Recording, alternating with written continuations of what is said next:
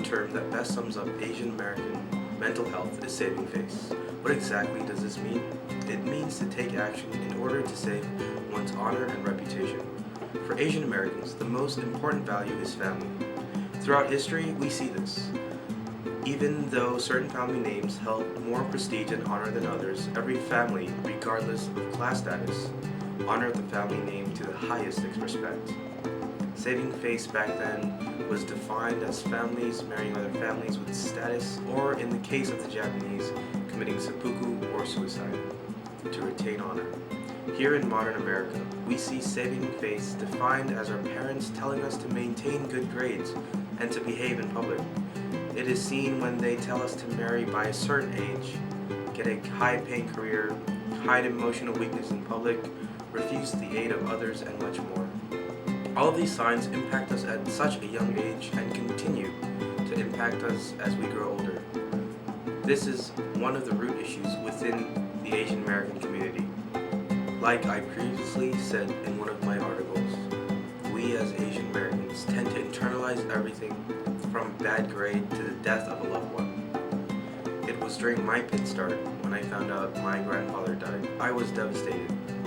It severely affected my freshman orientation because I couldn't do anything to support my family and I couldn't have fun without feeling guilty. I didn't tell anyone and I didn't partake in evening activities. The only thing that helped me relieve that internal burden was seeking comfort from a close friend of mine and writing an open letter to my grandfather. Internalizing that guilt would have been devastating to me in the long run. Since then, I have finally realized that it is okay to not be okay.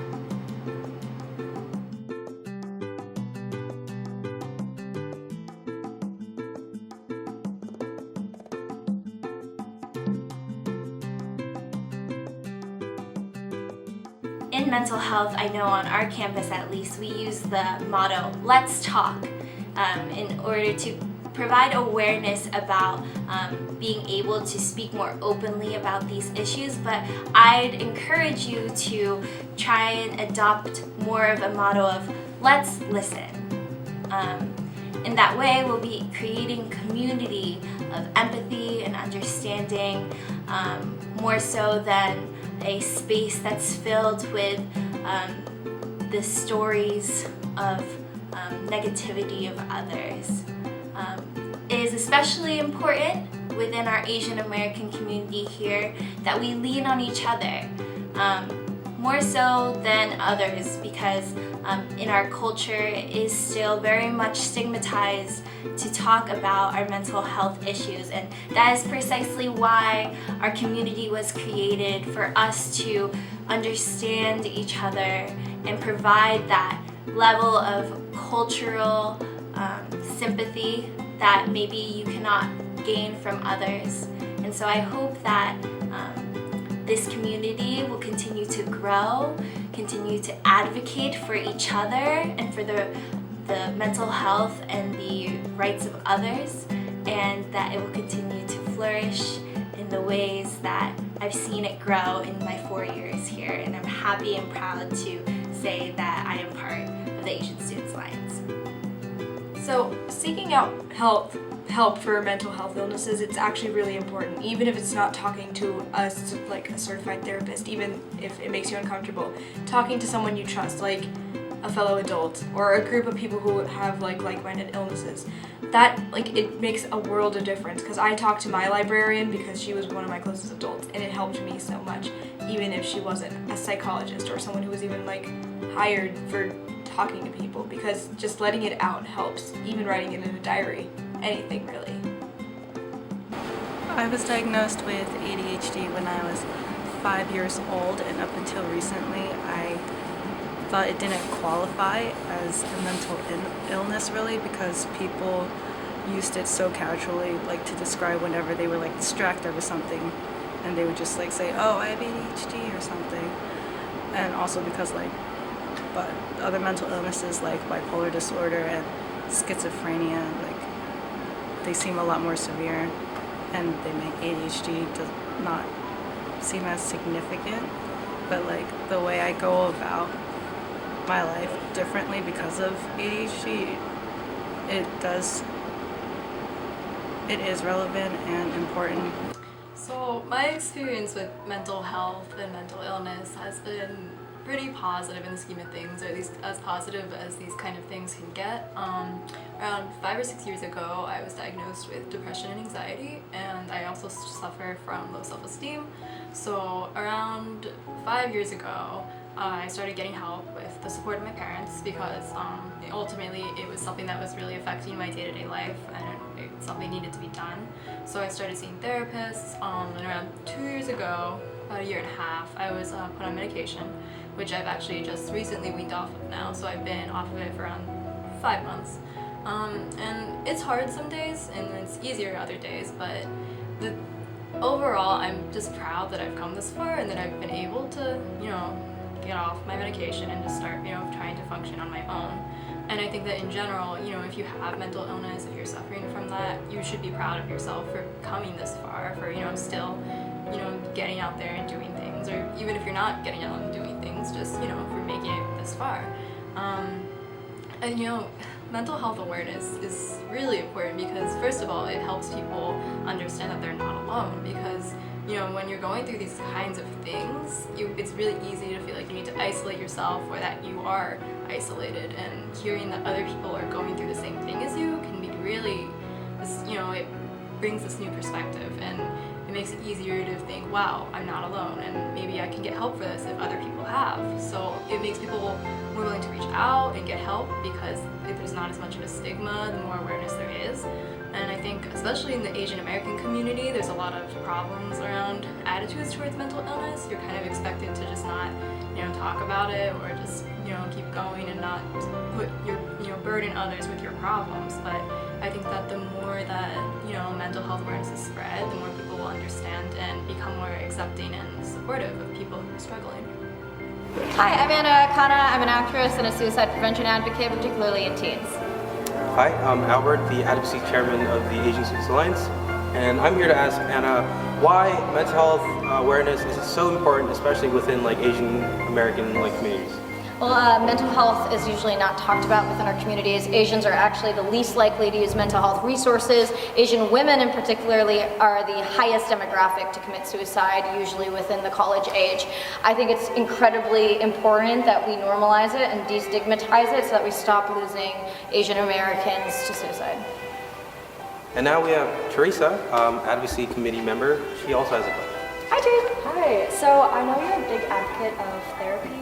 There are a lot of people out there who either can't afford therapy or whose families don't allow it. Do you have anything to suggest for them? Absolutely. Therapy, actually, there's a lot of people who work on a sliding scale. So therapists who will do sliding scale therapy can use that as a tax write-off. There's also people who need to do certain programs to get their PhD. They offer sliding scale therapy. There's pay as you go. So depending on your income, that therapist will only charge you what you can actually afford. The resources are there. Sorry, I forgot the second half of your question. If therapy is just not an option, whether it's because of family stigma or anything else besides pay, do you have anything else to suggest? There's plenty of helplines, there's crisis text line that you can actually just text with to speak with a professional when you're in crisis. There's a Trevor line if you're a part of the LGBTQ+ community, but there are a lot of places online or who you can call that aren't necessarily therapists, but trained in psychiatry if you need help. Okay. Thank you. Yeah, thank you. A great resource on campus available to students is the University Counseling Center. It is located inside the Student Health Center, which is next to Nordenberg on University Place. They offer individual therapy, group therapy, couples therapy, and workshops all for free. To make an appointment, stop by during drop-in hours, which are Monday through Friday from 9 to 5. A 15 to 30-minute screening will help determine the best option for your needs. If you can't make it during regular hours, you can call the After Hours Counseling phone number at 412-648-7930. However, if you are in an emergency situation, call 911 or Pitt Police. Hi guys, so one of the other resources on campus, aside from the counseling center, is we have the stress-free zone. And so what this is I'm going to let Allison explain it. She's inside. It's a nice area for students to de-stress. So let's go and explore the stress-free zone. This is Allison. She is one of the workers here at the stress-free zone, and she's going to tell you more about what the stress-free zone is. So we are the stress-free zone. We're located at the 3rd floor of the Union, next to the gym, and we are an area where we emphasize mindfulness-based stress reduction, which is all about being in the present and being aware of what's happening, like what your body's doing, what the surrounding area is doing, and just being aware non-judgmentally. So we offer a couple of different relaxation stations. We have a massage chair, which uses air pressure to kind of stretch the body and move it around. We have a reclining station, which puts your body in the optimal position to be relaxed, super comfy.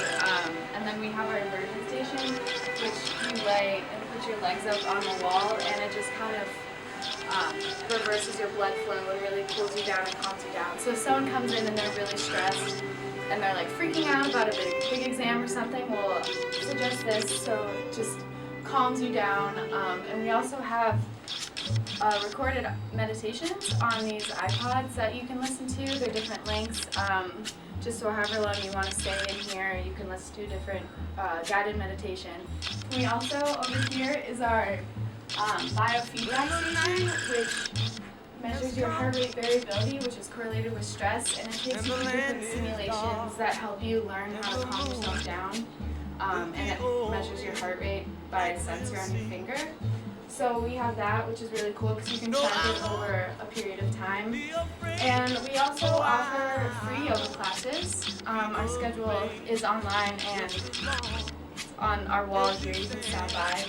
We have all the equipment for you, and yeah, we also have different, we have guided meditation classes and Tai Chi classes. So it's just a space you can come and make it what you want. Just de-stress. Stand by me, stand by me. As a friend, the most important thing you can do is actively listen. That means to not interrupt or make any comments until the person stops talking or asks for you to chime in. It is also imperative that you don't make any false promises to help or make them feel guilty. Being there to just listen and support them goes a long way and might even save a life.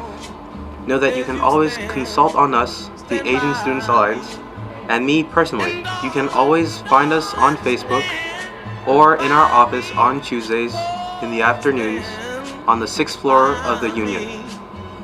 Always remember that when you feel like drowning, make sure to reach out. It's the first step to seek help.